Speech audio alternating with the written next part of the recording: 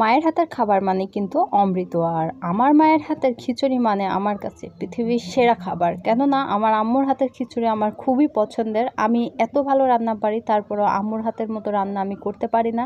আম্মু খিচুড়ি রান্না করে, এই খিচুড়ি খেয়ে শুধু আমি না, আমার আত্মীয় স্বজন, আম্মুর কলিগরা সবাই প্রশংসা করে যে এত সুস্বাদু করে আমার আম্মু কীভাবে খিচুড়ি রান্না করে।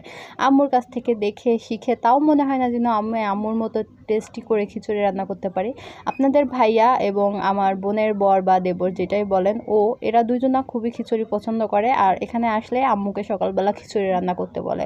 তো এই তো আম্মু সকাল সকাল খিচুড়ি আর গরুর মাংস ভুনা নিয়ে চলে এসেছে। আর আমি তো খেতে বসে গেছি। আমি এই যে ভাত নিয়ে আমার তো মানে আর তর্স হচ্ছে না। আমি এমনিতে সকালবেলা খেতে চাই না, কিন্তু এই খিচুড়ি দেখে আর থেমে থাকা যায় বলেন? তবে এর সাথে একটু আচার হলে আর একটু ভালো হতো, তবে আচারটা নেই। আম্মু তেলের আচার দেই নাই, এবার আমার বাসায় আছে, তবে আমি তো আর নিয়ে আসি নাই। তো সেই জন্য এখানে গরুর মাংস দিয়েই এখন চলবে। তো আমি মাংস তুলে নিয়ে খেতে বসে যাচ্ছি। আপনাদের ভাইয়া আমার দেবর দুজনাই ওদিকে বসে গেছে খেতে।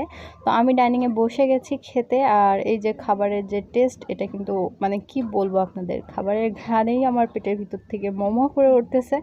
আর খেতে খেতে আপনাদের সাথে গল্প করলাম। আর সত্যি মায়ের হাতের খাবার মানেই অমৃত।